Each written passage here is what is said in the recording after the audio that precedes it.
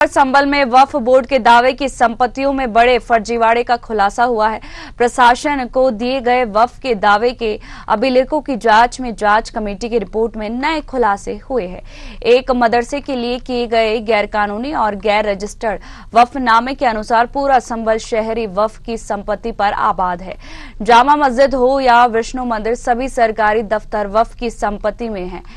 फर्जीवाड़ा पकड़े जाने के बाद एसपी ने कर्ज दर्ज कराने की बात कही है। वहीं डीएम ने सत्यव्रत पुलिस चौकी की जमीन पर अब तक किसी वास्तविक व्यक्ति की ओर से अपना दावा पेश करने से इनकार किया है। संभल कोतवाली में डीएम एसपी की ज्वाइंट पीसी में डीएम ने सत्यव्रत पुलिस चौकी की जमीन को खाली और किसी विवाद से मुक्त होने का दावा किया। वहीं उन्होंने बताया कि वक्फनामा और रजिस्टर्ड है। वहीं वक्फ करने वाले ने वक्फ की गई संपत्ति का स्वामित्व भी नहीं बताया है। उनका परिशीलन करने पर तो ये पाया जाता है कि जिस कोतवाली में आप बैठे हैं, ये भी जो 1905 या 1906 में बनी है, ये भी एक वक्फ प्रॉपर्टी है। और इस तरीके के जो कागजात प्रस्तुत किए गए हैं, जितने भी वक्फ प्रॉपर्टी के कागजात हैं, उन सबको वेरिफिकेशन करवाया जाएगा उनका। जिसमें सेक्शन 56 है वक्फ एक्ट 1995 का, उसका जो वायलेशन हुआ है, उन सबका भी वेरिफिकेशन कराया जाएगा।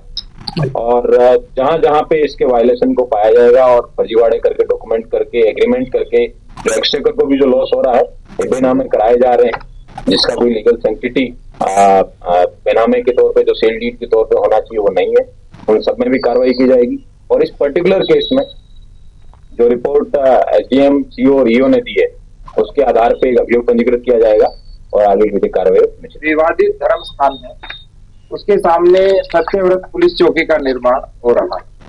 उस पुलिस चौकी के विषय में एक हमें उर्दू के अंदर डॉक्यूमेंट मिला था।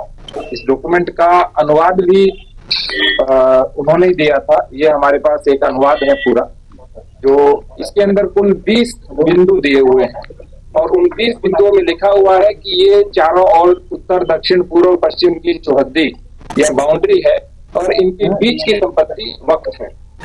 23 अगस्त 1929 को मोहम्मद अब्दुल समद, जो निवासी मोहल्ला कोट संभल है, उस समय जनपद मुरादाबाद था, उनकी ओर से एक अनरजिस्टर्ड वक्फनामा सामने आया है।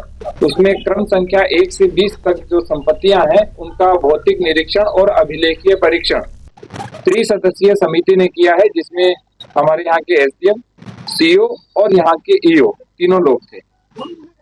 इसमें जो सबसे प्रमुख बात है वो है कि अभी तक किसी भी व्यक्ति ने कोई भी आवेदन हमको यह नहीं दिया है कि यह हमारी संपत्ति है, अर्थात कोई प्रभावित और विधिक पक्षकार हमारे सामने अभी नहीं आए हैं।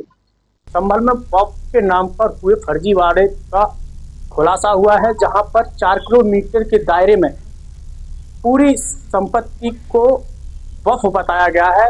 वहीं डीएमएसपी ने पीसी करके इस पूरे मामले का खुलासा किया है। वहीं एसपी ने फर्जीवाड़ा करने वाले के खिलाफ कार्रवाई करने की बात कही है। रामपाल सिंह, न्यूज आवर, संभल।